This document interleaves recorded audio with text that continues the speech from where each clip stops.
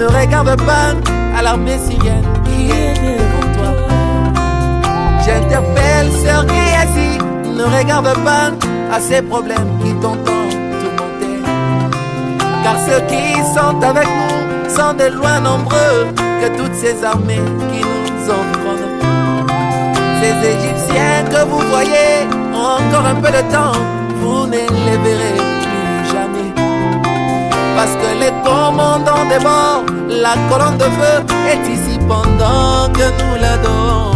L'autre invisible, oh yeah, les invisibles, oh yeah. J'interpelle ceux qui est assis, ne regarde pas à ces problèmes qui t'entendent tourmenter. Car ceux qui sont avec nous sont de loin nombreux que toutes ces armées qui nous environnent. Ces Égyptiens que vous voyez ont encore un peu de temps, vous ne les verrez plus jamais. Parce que les commandants des morts, la colonne de feu est ici pendant que nous l'adorons. L'autre invisible, oh yeah, les invisibles, oh yeah. Alléluia.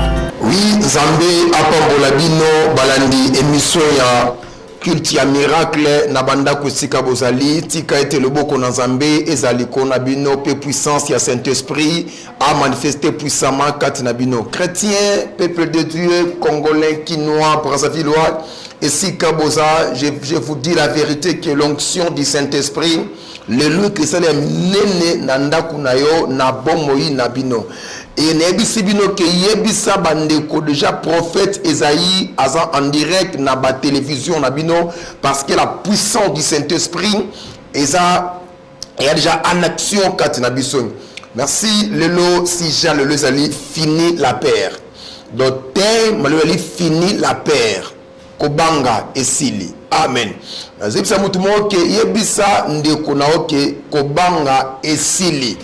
Fini la paire. Naebike bose belé boli animer l'esprit de père pour diaboulou aso coincer bino ba démon baso combattre bino ba serviteur na ba servante à Satan au combattre bino et kobanga ici est commis mais si Jean Lelo ils a fini la paire kobanga ici dans le livre na 2 Corinthiens chapitre 6 verset 1 et 2. 2 Corinthiens chapitre 6 verset 1 et 2. Natangi au nom du Seigneur Jésus-Christ. Bongo, lokola biso to salaka na Nzambe te bondeli binote. Boke bapona bolamu na Nzambe apesa kabino ekende pambate. Ok, wana Paul. Bongo lokola biso to salaka na Nzambe do Paul asalaka na Nzambe. Ba bondeli binote boke bapo pambate po Nzambe po pambate bolamu na Nzambe epesa bolamu Nzambe apesaka bino ekende pambate. Amen. Wana Antoma Paul azebisa ba chrétien en Corinthe kenga Paul na travers na Nzambe na ebisi bino keta kentoma bosala keba po bolamu na Nzambe oyeli bino ekende pambate. Lelo bolamu na Nzambe ayeli yo ekende pambate parce que si Paul a notre travail avec Dieu, moi aussi je travaille avec Dieu. La grâce que Nzamba bongiseli bino lelo bosala keba ekende pambate parce que Dieu en a besoin à rendre bino libre à pesa bino victoire, esprit de peur et disparaître na ba foyer pe na bandako na bino. Et deuxième verset, pour Nzambe alobaki na tangu ya malamu na koyokela bino na salisaki bino tangu mokolo ya kobikisa bino eyaki mokolo yango esi ekoki lelo o ezali mokolo ya kobika. Amen. Yoka Paul na 2 Corinthiens 6d alobi lelo eza mokolo ya kobika. Yebisa muningelo ke lelo eza mokolo ya kobika. Yebisa maman, yebisa papa, simbe avec le que lelo eza mokolo ya kobika. Son livre na 2 Corinthiens chapitre 6 verset 1 et 2. Tosambeli au nom du Seigneur Jésus-Christ, Père de grâce, bonté na yo manifester kat na biso, l'onction est la puissamment utilisée biso, la béni à travers la mission Oyo au nom de Jésus-Christ, que la colombe des fées à la en action, que le Saint-Esprit de Dieu à la en action, ba ange ba la en action au nom du Seigneur Jésus-Christ. Amen. Oui, fini la paix. Au livre des Corinthiens, chapitre 6, verset 1 et 2. Totangi yango nabino nzela moko et parfois pour nandaku otanga verset Oyo. Apôtre Paul a le biquet. Qu'on soit grâce qui en pambate. Écoutez-moi bien aujourd'hui. La grâce de Dieu a miracle. La grâce a prophétie. Elle a été mission qu'on saboté en côté. Jésus-Christ a koufa qui pour nous. Et Christ est mort pour vous. Et le Dieu qui a koufa qui pour nous, il est Dieu qui m'a envoyé. Donc pour nous, c'est que ngolu naye. Que la grâce que Dieu avait répandue Dieu tout-puissant a ligné l'élo, a paix son vie, a paix son sentiment, a paix son force. Oh Pèdre. Et fini la paix. Dieu n'est pas fâché contre toi. Nzambe a colère na ote. Mais Dieu a patience na yo. Écoutez bien, écoutez. N'ayez pas peur. Dieu a colère na ote, mais Dieu a patience na yo. Dieu a son patienté pour yo o ndibelaye, pour yo o bika.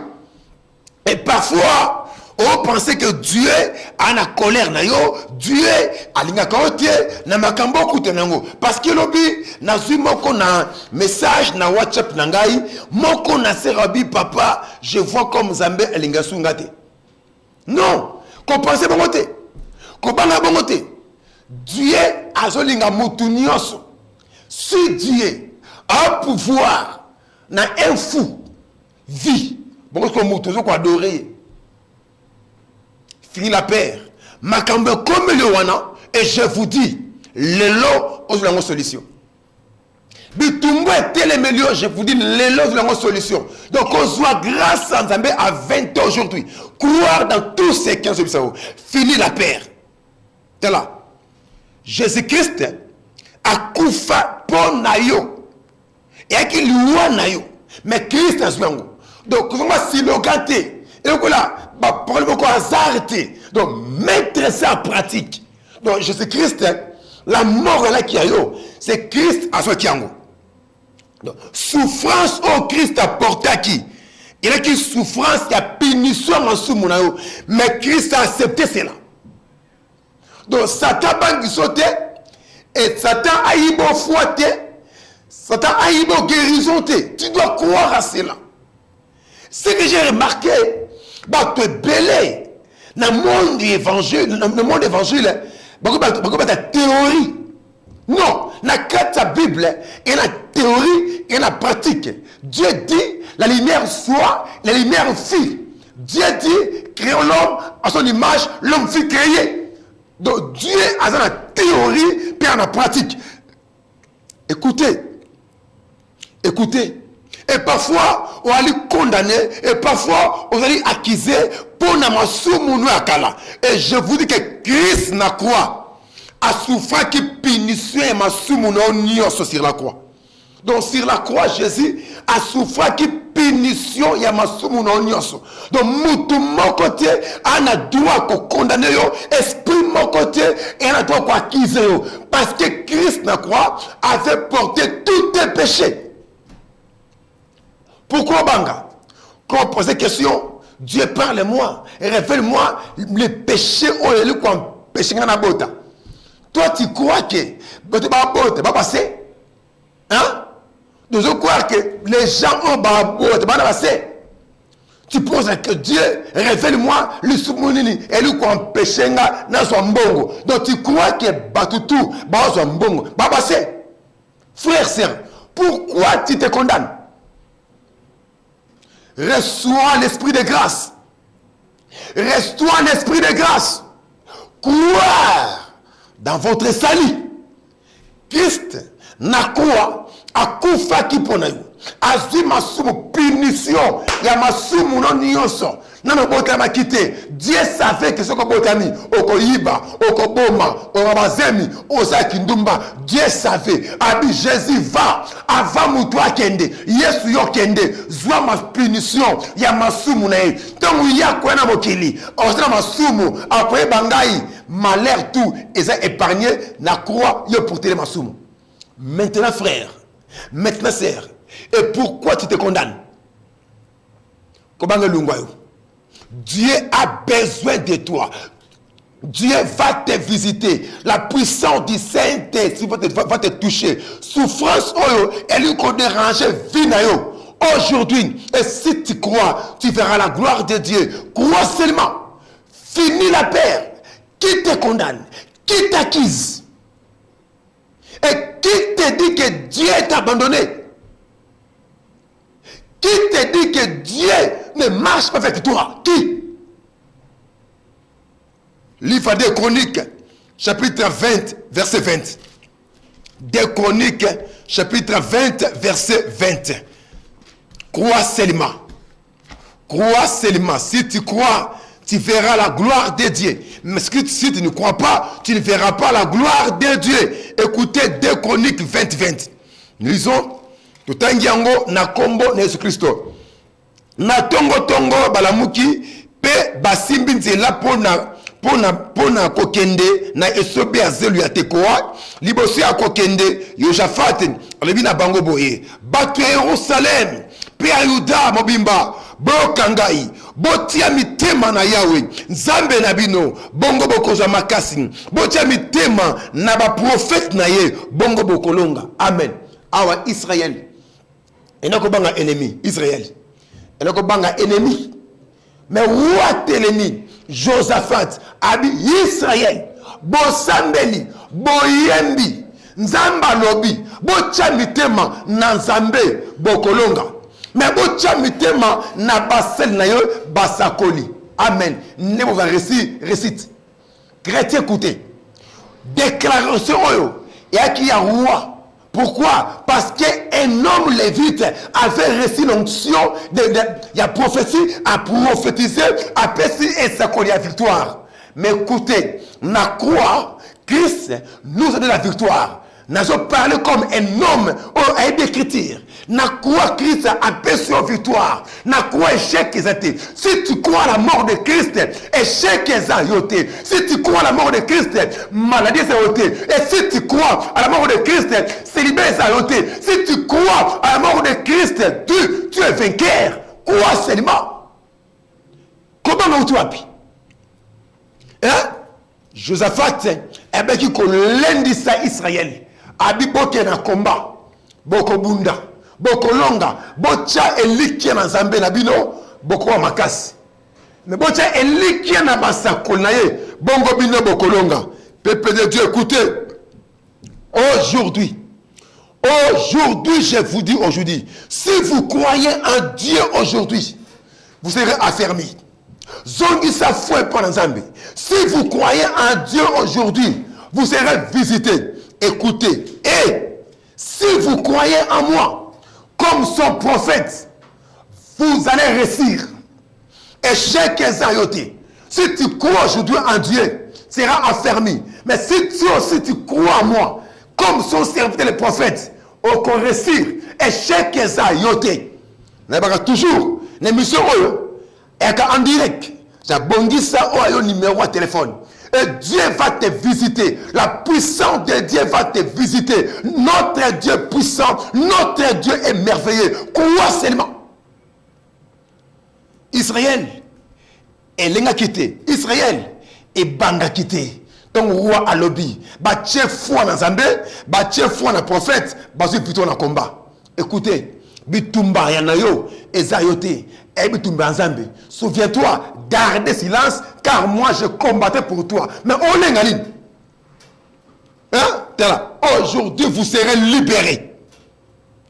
Le logo la libéré n'a pas condamnation ni sur la famille nabino. on a libéré la maladie, libéré la pauvreté, libéré l'emprisonnement, libéré l'envoûtement. Aujourd'hui, on a libéré la condamnation à la famille, dans le quartier. Si dans votre quartier, rien ne marche, mais avec toi, tu vas réussir. Bâtir nous délivrance, il y a des commandes qui condamnent la famille. Des qui condamnent. Abotamment une fille unique. Mais les balles et moi na kate bakanga vinaye rien ne marche. Aka mutoyo aibaka kolela mutu ya pasi aya l'église nzamba visitaye ndekwaza délivrer totalement. Amen. Alors banga la mort. Abanga divorce. Mais tango église ndekoyo nzamba délivré. Na dit aujourd'hui vous serez libérés. Aujourd'hui, vous serez délivrés. Aujourd'hui, l'onction du Saint-Esprit va vous libérer totalement. Donc, Ndekoyo, à la qui lié, Ndekoyo, à la qui condamné, n'est pas force de la famille, mais la puissance du Saint-Esprit l'a touché. A suivre ma teya, kaka nongo suivre à la télévision. Alunga musika yeko nukalobiko. Et il a reçu la délivrance totalement. Fille unique, va sacrifier la famille, comme moi si à mon famille, serre-moi comme un Kazambe, mais il va la rater. A bandi zamba lembi, a mitiki, a quoi a côté du bala oyo, ya nyongo.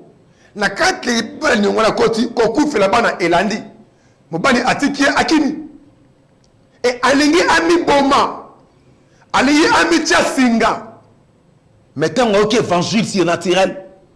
Aïe kat l'église. Nzambe ya puissance. Nzambe ya miracle. A délivrer de commotion. Na esprit ya souffrance. Voilà qui condamne la famille. N'esprit de ya coutume ya famille. Ya mari de nuit. Ba sacrifier. A comme moi si ya koko na bango.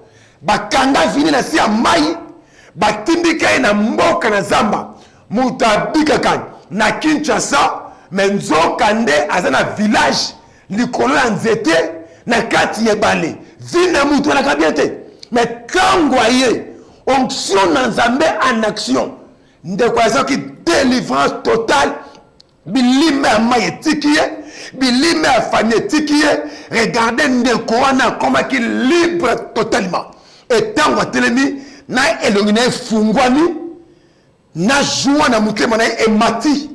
Pourquoi? Parce que à Luka Kinzambe, Nabi, aujourd'hui, si toi tu crois à la parole de Dieu, Dieu peut te délivrer comme délivrer comme Ndeko à moi soy.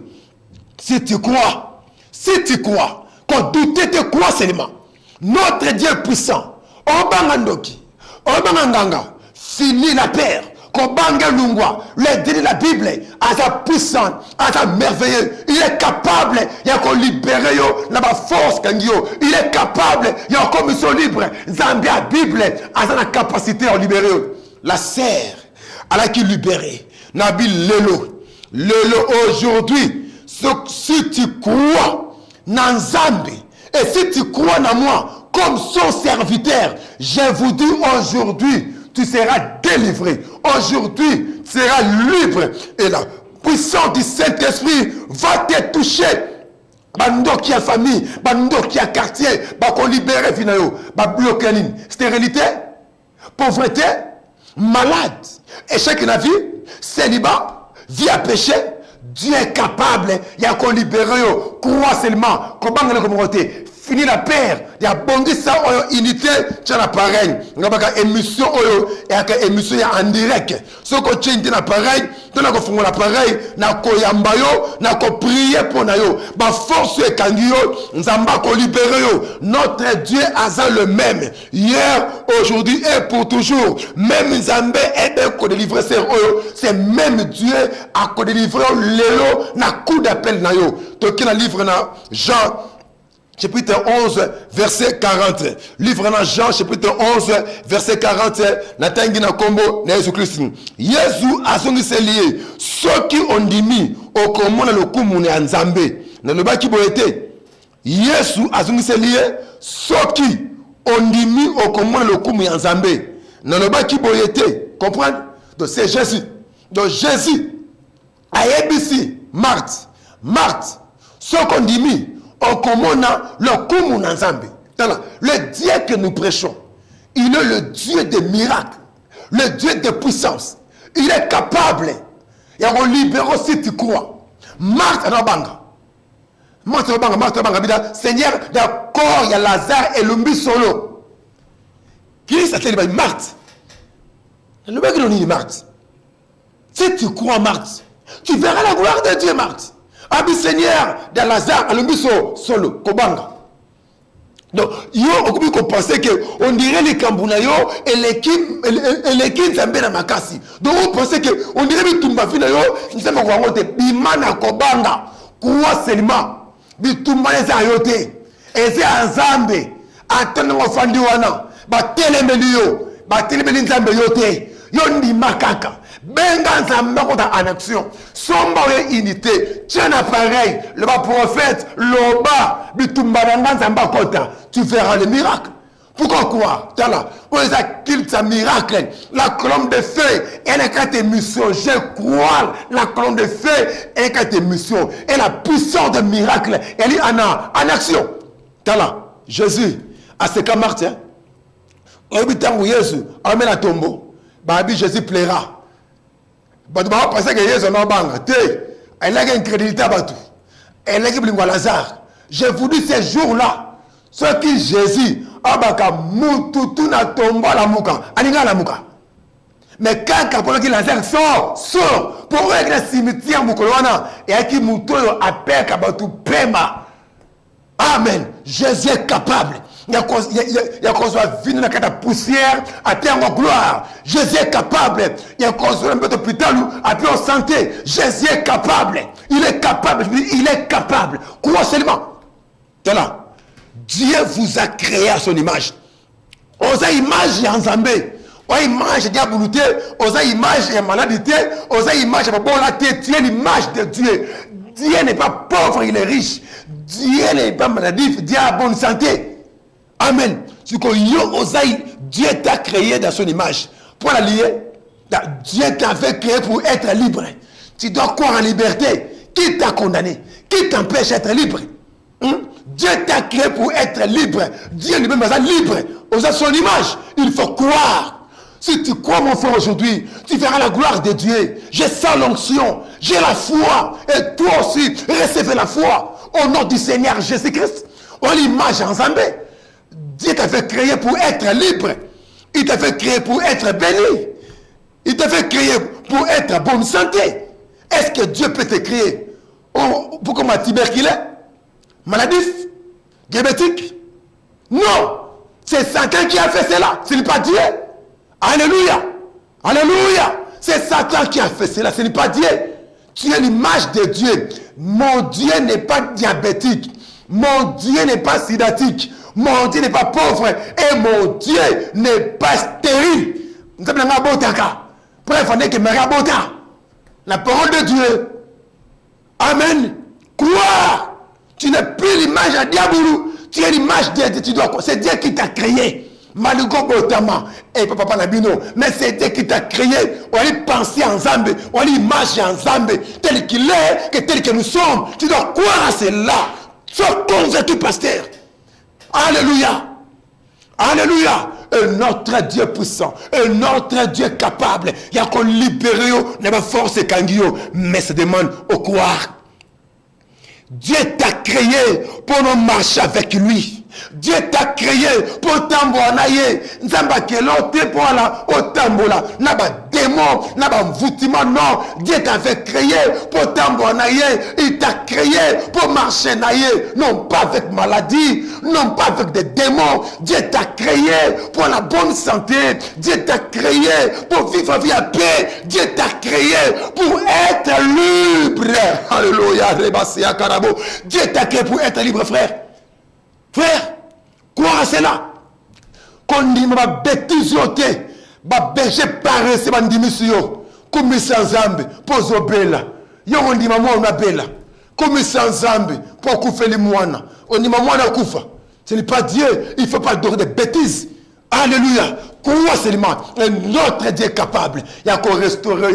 Il y a un bête putain. Quoi? N'a remarqué la plupart des gens. C'est bon coup avant. C'est bon niou comment. Vous ne croyez pas la parole de Dieu. Vous ne croyez pas.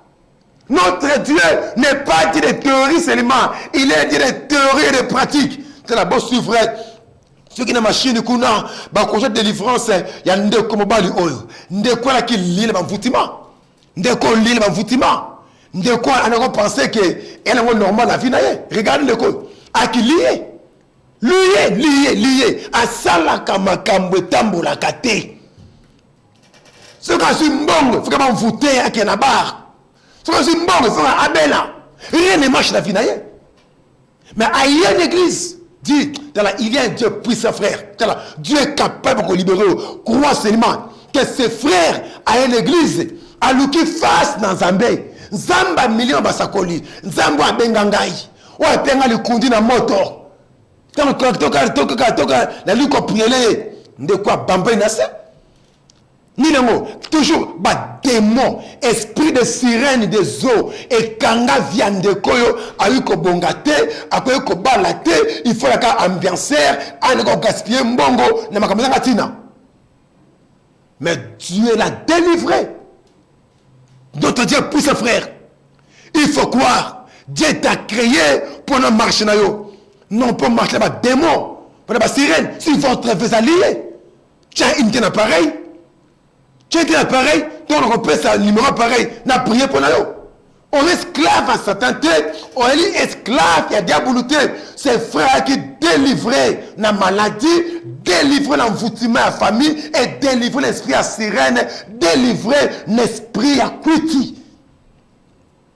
Tu penses que Dieu t'a créé pour la soulard? Non.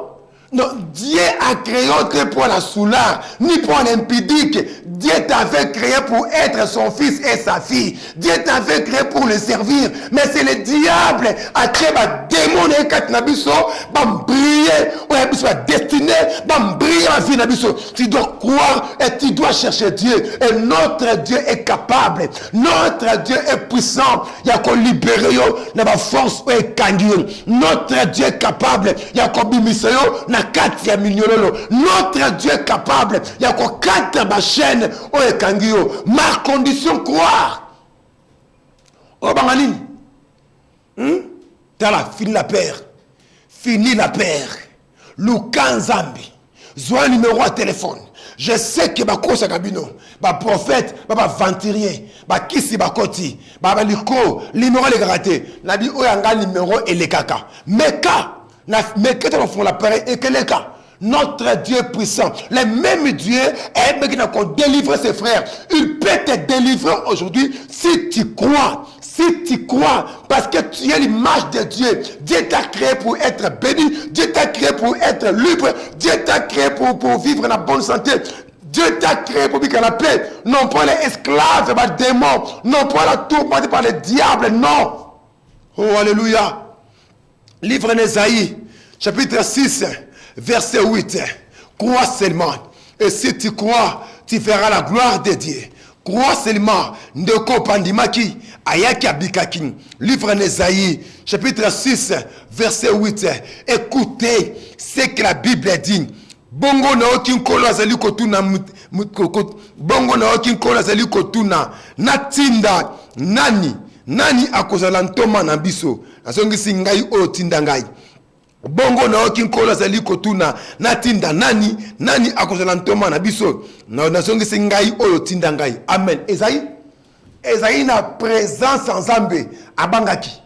Esaïe abangi abi na moni Zambé na okufa na ngai ngamuto na fandaka kati pata masumu. Mais Dieu dit Esaïe ne crée rien.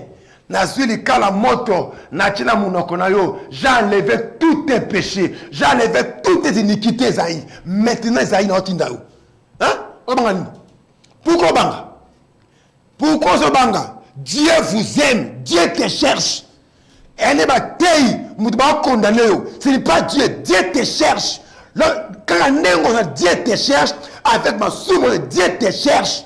Il veut de toi. Amen. Dieu veut te prendre en charge. Au début, ton mari, Ayaki, moi c'est Andumba. C'est Ayaki, Simon les pharisiens. Mon tébé n'a qu'on connaît Marie, mais non pas Jésus. T'es la frère, sœur, Dieu vous cherche. Et Dieu veut te prendre en charge. Dieu veut marcher avec vous. Bissobo, Besayo, Avototea. Tu peux qu'on a bino. Ma pécheur, ma maître, ma buveur de vin. Mais un zamba trékinga été pour un maître dans 2 jours, ni pour un buveur de vin, ni pour un impudique, il m'a pris. Donc, Nengen Zamba Zwanga, et il va soyo. Quoi? Moutoumon kota bangi sayo, moutoumon kota condamné yo, a beto basete, on dirait inutile, on dirait des Zamba clôturé, il n'est pas encore clôturé. Dieu vous cherche. Alinga marcher dans maman, alinga tembo non papa, personne sur la barrière. Gloire à l'agneau, recevez la foi, croyez au Pukobanga. Hein? T'es là. Il t'a créé pour marcher dans lui. Dieu t'a créé pour un succès. Dieu t'a créé pour la joie. Dieu t'a créé pour servir. Dieu t'a créé pour élever. A créé que tu pour te classer Mabatou. Non! Non! Dieu a fait Makambutu avec bit. Donc Dieu t'a créé avec bit. Tu n'es plus inutile. Soyez bénis au nom de Jésus. Amen. Dieu t'a créé pour nous marcher, non pas pour nous marcher dans des démons, non pas pour nous marcher dans Satan, mais Dieu t'avait créé pour nous marcher. Dieu veut marcher avec toi cette année. Dieu veut marcher avec toi aujourd'hui. Dieu veut entrer dans ta vie aujourd'hui. Ouvre ton cœur, mon frère, croire. Je sais ce que je prêche. Je sais ce que je dis. Il m'a envoyé ici. La nuit, il était avec moi. Il m'a rempli la nuit. Pour nous accueillir. Fini la paix, malgré le niveau malgré ma faute, fini la paix, retournez vers Dieu. Dieu, alors qu'il nous sommes qui était pour marcher avec des démons. Nous sommes qui était pour servir Satan. Non, non, tu peux refuser comme Moïse. Moïse avait refusé. Il avait refusé. Tu peux refuser. Et Dieu va te prendre. Et Dieu marchera avec toi. Et Dieu va te bénir. Frère, je vous dis, c'est là. Celui qui bénit, c'est Dieu. C'est Dieu qui bénit. Et il bénit plus que le monde. Crois-moi, diable, c'est Dieu qui bénit. Je suis un témoignage de Dieu. Et ce que je dis, c'est vrai. C'est lui qui bénit. Alléluia. Alléluia. Prenez seulement conscience. Prenez conscience, prenez conscience. Un changement est que produit dans votre vie. Prenez conscience. Que vivre et ça finalité. Sois conscience, ce que tu fais, ce n'est pas toi, c'est le diable, les démons. Tu peux refuser aujourd'hui. Prends conscience. Il y avait un jour, on a appelé conscience, conscience. Conscience, à quoi sert la mettre ma paquet, à quoi sert la conscience. Et la conscience, lorsque c'est là qui ma vie a changé. Prends conscience. Fille la père, mon côté a condamné. Prends conscience. Prends conscience. Un changement se produira en vous. Dieu te cherche, mon frère. Amen. Il te cherche pour vous bénir. Dieu te cherche pour vous délivrer. Dieu te cherche pour te guérir. Dieu te cherche pour te lever. Il m'a envoyé ici pour toi. Je suis venu ici pour toi. Pour toi seulement. C'est qu'il me faut pour toi. Alléluia. Alléluia. Si tu n'es pas sauvé, Dieu peut te sauver aujourd'hui. Si tu es malade, Dieu peut te guérir aujourd'hui. Si tu es lié, Dieu peut te délivrer aujourd'hui. Hein, frère? Si tu es dans le péché, il peut t'apprendre aujourd'hui. Crois seulement. Jésus-Christ a ce pas qui m'a quitté pour naïo. Voilà, sauvé. Amen. Jésus-Christ a ce pas qui m'a quitté pour laver dans le péché. Botra ndeko. Il n'y a pas qui. On dit que musique ndeko. Mais tant qu'on église, Dieu l'a délivré. Ndeko.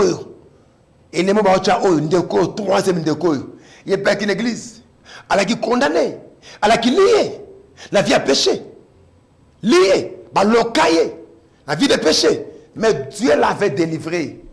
Mais comme elle était venue avec la foi, Sa conscience est travaillée qui a dit sa vie n'a pas été. Pourquoi la belle kabelaka? Et pourquoi la belle masumu? Ndeko aya l'église. Et Dieu tout-puissant a délivré Ndeko. Ba loka qui est na moko na mutu ya quartier. A mutu moko lingié a boy. Papa moko mukolo ya quartier na bonga lingié a boy. Papa comme qui ndoki na buto mko elaye. A bloqué Libumu, a bloqué vie. Elle a utilisé la vie à péché. Mais la jeune sœur, avec conscience, comme il y a conscience, a dit non, où est-ce qu'il y a une église. Et tant qu'il y a une église, Nzambe ya milim basakoli. La colonne de fer Kitty a délivré. Oh chrétiens, je vous dis, notre Dieu est capable. Notre Dieu est capable. Il y a qu'on délivre yo, n'a force et kangio. Notre Dieu est capable. Il y a qu'on libérer yo, n'a chaîne et kangio. Ser oyo, mutune salaki. Nabi kelelo, il faut yo conscience et sala. Vieux sont quoi mener. Il y a les vies na yo te, il y a les vies à diaboulou. Italien. On a les créatures, il y a ensemble, Dieu t'a créé. Pour être béni, Dieu t'a créé. On a quatre mariages. Zamba Kela qui était pour la Ndumba. Ne fais pas l'œuvre à diable. Il t'appelle pour être libre. Il t'appelle pour être délivré. Il t'appelle. Il t'appelle. Ndekoyaki. Ndekoyaki. Kobanga Lumba qui était là. Évangile à Christ, hein, c'est la bonne nouvelle. La bonne nouvelle pour tout. Pour tout. Pour la moutounio soit souffrir. Pour la moutou à condamner. C'est la bonne nouvelle. Oh chrétien, écoutez. Christ est venu pour toi. Ndekoyaki. On va prier pour naïe. J'ai vu des mois qu'on résister. On a mis qu'on kate basinga. On a kati basinga on a. Moulima ba ganga binakei. Oh chrétien, considérez ça là. Notre Dieu puissant, notre Dieu délivre. Il est capable. Il est vraiment esclave. Il y a moutou à quartier. Ndenge comme moi soyo. Alungwa qui esclave. Il y a moko na moutou à quartier. Abi papa mukolo ya quartier. Alinga ya boya. Papa comment aya côté nenga kindoki. Mais la colle fait quitter devrait c'est que la serre délivrée, guérie na douleur ventrale continuelle, na ba règle douloureuse instantanément après la délivrance. Oh, Dieu peut te faire aussi pour toi. Si tu crois que doute était, diable ça apparaît na yo. Tu as unité. Calamité, non, quitte na souka, la personne verset à souka pour te prier. Livre dans Luc, chapitre 5, verset 8 à 10. Yoka. Tangu, Simon amoni boye akwei na mabolongo, liboso a Yesu pe alobi na ye, mokonzi, lungwa pene na ngai, azali moto ya masumu. Pamba te ye na batu nyonso oyo bazalaki na bwatu na ye, bakaki somo penza po na bambisi ebele oyo bakangaki. Jacques na Yohan bana ya Zebede baninga Simon oyo bazalaki na bwatu mususu bayokaki pe somo ndenge moko kasi Yesu alobi na Simon kobanga te banda lelo okozala lisusu moluki mbisi te kasi okobanda koluka oki Jésus abi Simon kobanga te Simon kobanga te à partir de lelo olungwe pêcheur de poissons aucun pêcheur d'hommes mais a fini la paire kobanga esi esili Simon le bangaki a pensé que Jésus a condamné, a pensé que Jésus a gagné là, a bien mettre l'unga melangai na muta masumu et c'est Pierre ko bangelo comme côté. N'ebe qui connaît pécheur, mais suis venu pour toi Pierre. On l'unga pécheur de poisson, on m'a pécheur d'homme. Écoutez, Dieu avait créé Pierre pour la pierre à la pécheur d'homme, mais le diable et Satan continue à famille à Pierre et sali Pierre pécheur de poisson. Mais le Dieu qui avait retrouvé Pierre, le Dieu qui avait cherché Pierre, c'est le même Dieu qui te cherche mon frère. Le même Dieu qui n'a pas tué Pierre, c'est le même Dieu dans la télévision pour te dire que Kobangate, il a besoin de toi. Crois seulement. Et sauvé, Pierre a travaillé qui a joué qui est là comme côté. Amen. Mais lorsque Christ a acquis, Pierre a joué qui m'a belé. Christ est venu pour être béni. Amen. Fini la paix pour votre vie passée. Votre vie passée, ce qui est passé, passé. Mais aujourd'hui, Dieu veut renouveler votre vie. Fini la paix. Dans la présence de Nzambé, il y a une punition, il y a un pardon.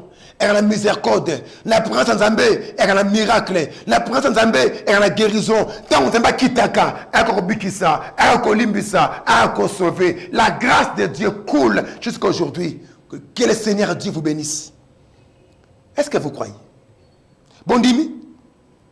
Bon dimi. Bon, ce qu'on dit, le bas Seigneur Jésus, nous avons prié. Longo langa tout nyos. Ko banga tout et longo. Avant de pile mon téléphone, la main qu'on m'appelle Nabino. Tout ça mbeli. Au nom du Seigneur Jésus-Christ, Dieu de grâce et de puissance, nakina kosenga donai. Longo la doute. Ko banga ou un simba qui mutu moko mususu à suivre un message oyo. Na déclaré yoka lo sambo la bango. Doute na ko bange lungwa. Oze bane ko banga. Abane ko lenga. Doute na ko bange lungwa. Toi le Dieu super, le Dieu véritable, agis par ton esprit, manifeste ta puissance. Doute disparaître. Ko bange disparaître. Au nom du Seigneur Jésus-Christ. Amen. Merci. La lingi avant d'appeler le numéro de téléphone, n'a prié dans Nunga Moko. Seigneur Jésus-Christ, n'a pas sous merci pour le message. Laisse que notre Dieu message haut. Et sa place 4 na mututu ayoki. Et ningi sa foi na bango peut produire miracle. Agir puissamment. Zoa contrôle. Il y a appel tout et kota à travers une mission ou en direct bénir ton peuple. Na combo Christ à travers moi. Merci Jésus-Christ. Amen. 089 78 45 558. Nous sommes en direct. 089 78 45 558. Nous sommes en direct. 089 78 45 558. Benga, to prier pour Nayo. Nous sommes en direct, Nabekra, Nabino. Fini la paix. La présence en Zambé. Pardon, Laka. Fini la paix. Allô? Allô? Allô? Oui, bonjour. Oui, ndeko mama, nzamba zo révéler nga boye. Yoka na ofanda. Nzamba zo révéler nga boye. Na mona mutu no bache sina please. Sina please sina condamnation. Et na moko na malade. Ya mutu ba tinde na yo peut déranger ma casse mais ça comprend l'esprit des morts. Mais na moni échec mutu combattre ma casse. Blocage à finance et so ma casse. Mais e outil na ba mvutima familial.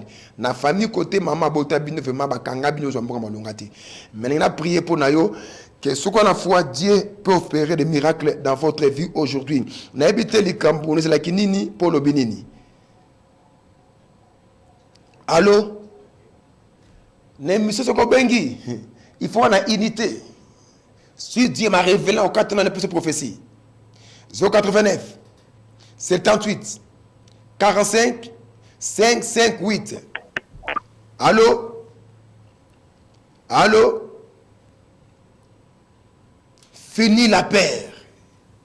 089 78 45 558. Fini la paix. Allô? Allô? Allô? Bonjour. Bonjour. Nalande émission na kama poto osambela punanga. Pour ali kambunini? Pour ali kambunini? Mazaka na poto prière. Tout sambeli. Au nom du Seigneur Jésus-Christ, qui est le Tout-Puissant, appelle le Kolosenga. Na kombo ni Christo. Amen. Amen. Amen. Amen. Ne confirmez pas dans volume. Il faut un retour. Amen. Allô? Amen. Oui. Allô? 089 78 45 558. 089 78 45 558. Allô? Allô? Allô? Oui, le bini maman. Zonga sima. La bébé au centre de la peau, l'angaï. Oui, prends les cambouis. On a les cambouis à Robota. Yakobota. Sambeli. Na combo Jésus-Christ que le Tout-Puissant appelle sa victoire au Bota. Na combo Jésus-Christ. Amen. Allô? Allô? 089 78 45 551. De quoi volume start pour tout au cabaret tour. 089 78 45 558. Allô? Fini la paire. Fini la paire. Allô? Pierre abangaki na présence Yakolo. Mais Jésus c'est Pierre kobangate. Nyonga bangisa yo. 089 78 45 558. Nous sommes en direct. Allô? Allô? Alika Bobonde la. Olobi? Bobonde la Bobonde. Tosambeli. Na combo Jésus Christ, que la main du Saint-Esprit est agit katnayo, que le Tout-Puissant libéré yo, na combo Jésus Christ. Amen. Amen. Allô? Allô? Allô? Bonjour. Allô, papa, bonjour. Oui, allô? Bini maman. La la poche au centre de la peau, l'angaï. Oui. Nani kabulini? Tout ça, la combo na Jésus Christ que le Tout-Puissant a opéré miracle. Na makambo liba nous trouver solution, na combo Jésus Christ. Amen. 089 78 45 558. Allô? 089. Allô? Frère, volume. Allô? 045. Allô? Allô? Maman, soko bengi, ozongi, ok, musika télévision. Ce même la télévision, tu vois bien te. Allô? Allô, mon papa, bonjour. Bonjour. Papa, na sengo bon de la peau, na landi émission, na pour na balia aussi le lien de famille. Na zo souffrir, ba comme ben na kunumba na quartier, na ko kalsu. Oui, na osembe la peau no men zamba révéler ngai, il faut le cas délivrance à Marie de nuit. Na moni esprit moko ya famille côté papa na bino sous forme ya ekeko. Apembe na yo. Esprit na ekeko ena objectif ya ko détruire vie no pia ko arrêter vie non na instabilité. Ba tchalwa o ke musikate. Merci. Que le Tout-Puissant a délivré yo. Na nguya Marie de nuit. Na brisé lui la famille qu'on a vu na yo, na combe plus. Amen. Allô? 089 78 45 558.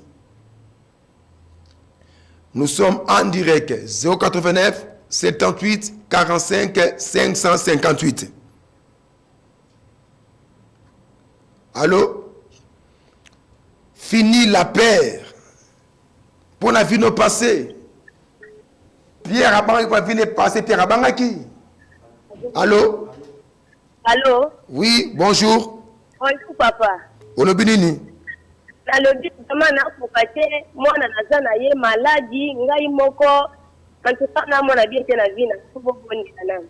Oui, on a raison maman. Namoni molili moko likola vina yo.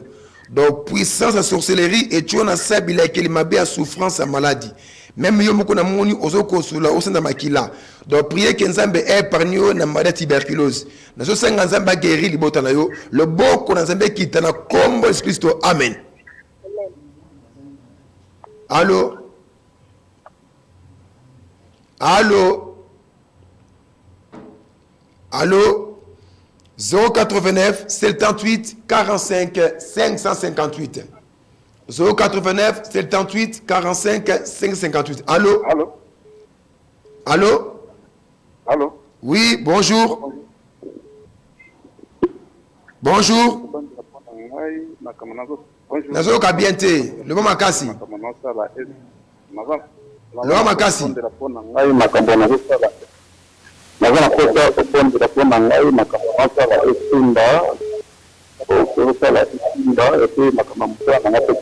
Ça va Nassambeli. La grâce de Dieu a reçu et peut s'améliorer.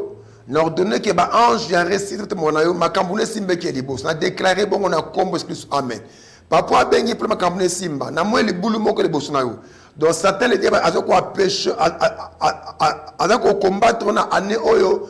Au coup d'un accident. Donc chaque fois avant bimasenga zambe est par un accident. Que le Tout-Puissant a protégé contre accident. Merci Jésus. 089 78 45 558. Allô? Fini la paix. Allô? Allô papa, bonjour. Bonjour. Papa, nous sommes pour avoir tout ça, au nom du Seigneur Jésus-Christ, a déclaré que le Tout-Puissant de la grâce porte un voyage pour maman. Au nom de Jésus-Christ, porte un voyage pour maman. N'a comme Christ, amen. Amen. Papa, yo comme on a réfléchi, na moi on a prié pour nayo, na moi na makono basinga. Donc ena mako esprit à freinage et c'est combattre mingi na esprit à freinage. Donc o gaspiller mbongo mais o kota mukie. O trouver grâce et encore progresser domaine la finance. Na combo esprit amen. 089 78 45 558. Nous sommes en direct. 089 78 45 558. Nous sommes en direct. Allô? Fini la paix pour la vie nos passés. Allô? Allô? Allô papa, bonjour. Bonjour. Bonjour. Bonjour. La ligne au bon de la Ponangaï. Naza na mwasi moko nazo ba message pona ye maloba famille eza mabe nakobanga famille nakokota na famille wana te na lingi obondela pona nga sokaza yanga nzambe abelivre sokaza yanga te nzambe te musika na nga naza évangéliste quelque part osuma ngai ça va bonela pona mais évangéliste si même mission obenga ngai ça va. Dieu n'a jamais pris sur notre Père, n'a pas révélé tu à Jésus. Mais après le mission de notre Père, c'est la grâce, n'a transmis ton amoni, n'a combo Christ, amen. Amen. 089 78 amen. 45 558. 089 78 45 558. Benga nous sommes en direct, tu peux prier pour Nakanayo. Allô? Allô? Fini la paix. Ni nangoze bangisayo, ni nangoze lengisayo. Pierre pas l'engagé pour la vie n'est passé. Mais Christ a soit qui Pierre. A tout le monde qui vit à Pierre. Tant on s'embête quand on visite Moutou. Venez chez Zaka. Kobanga suscité. Amen. Ni pour la moula na yo. Ni pour le. Allô? Allô? Allô? Oui, allô? Allô? Allô? Nazo baloka yoka loba nazo yoka. Allô sambe pona hapo kama msekiri. Olobi? Allô sambe pona hapo kama matricule. Ça va matricule. To sambeli na kombo na Yesu Kristo nzambe oyo apesaka bat matricule bazo ba salaire asalo grâce matricule bima ozo salaire na mboko yo na kombo Yesu Kristo amen. De quoi bengi pour la matricule. On a prié pour nayo na moni litoi na kangami. Tu dois prier pour votre vie au bel madematoïté. Merci. Tokoyamba appelle Nabino après l'émission. De petit programme Nabino émission. Émission là chaque mardi na 13h50 et chaque jeudi na 13h50. Samedi 22h. 15 dimanche 5h juste. Suivre émission Oyo Okwala Béni. Numéro de téléphone Abisso Yangwana 089 78 45 558. Prophète Esaïe Ayambaka chaque jeudi et samedi à partir de 12h. Adresse l'église. Elle est avenue Mbalavouidi numéro 46. Référence Esa route Nzoko. Commune à Kimbante que Dieu a Pambolabino. Tokutani Nicolas Iboso. Merci. Porte église Ezali Polele Walingi Aya Azolobiko Aya on va le qu'on a gratuitement. Christ le but, vous faites gratuit, vous faites ça gratuit. Soyez bénis au nom du Seigneur Jésus-Christ. Au revoir. Ne regarde pas à l'armée syrienne qui est devant toi. J'interpelle ceux qui est assis. Ne regarde pas à ces problèmes qui t'entendent tourmenter. Car ceux qui sont avec nous sont de loin nombreux que toutes ces armées qui nous environnent. Ces Égyptiens que vous voyez, encore un peu de temps, vous ne les verrez plus jamais. Parce que les commandants des morts, la colonne de feu est ici pendant que nous l'adorons. L'autre invisible, oh yeah, les invisibles, oh yeah. J'interpelle ceux qui est assis, ne regarde pas à ces problèmes qui t'entendent tourmenter. Car ceux qui sont avec nous sont de loin nombreux que toutes ces armées qui nous environnent. Ces Égyptiens que vous voyez, encore un peu de temps, vous ne les verrez plus jamais. Parce que les commandants des morts, la colonne de feu est ici pendant que nous l'adorons. L'autre invisible, oh yeah.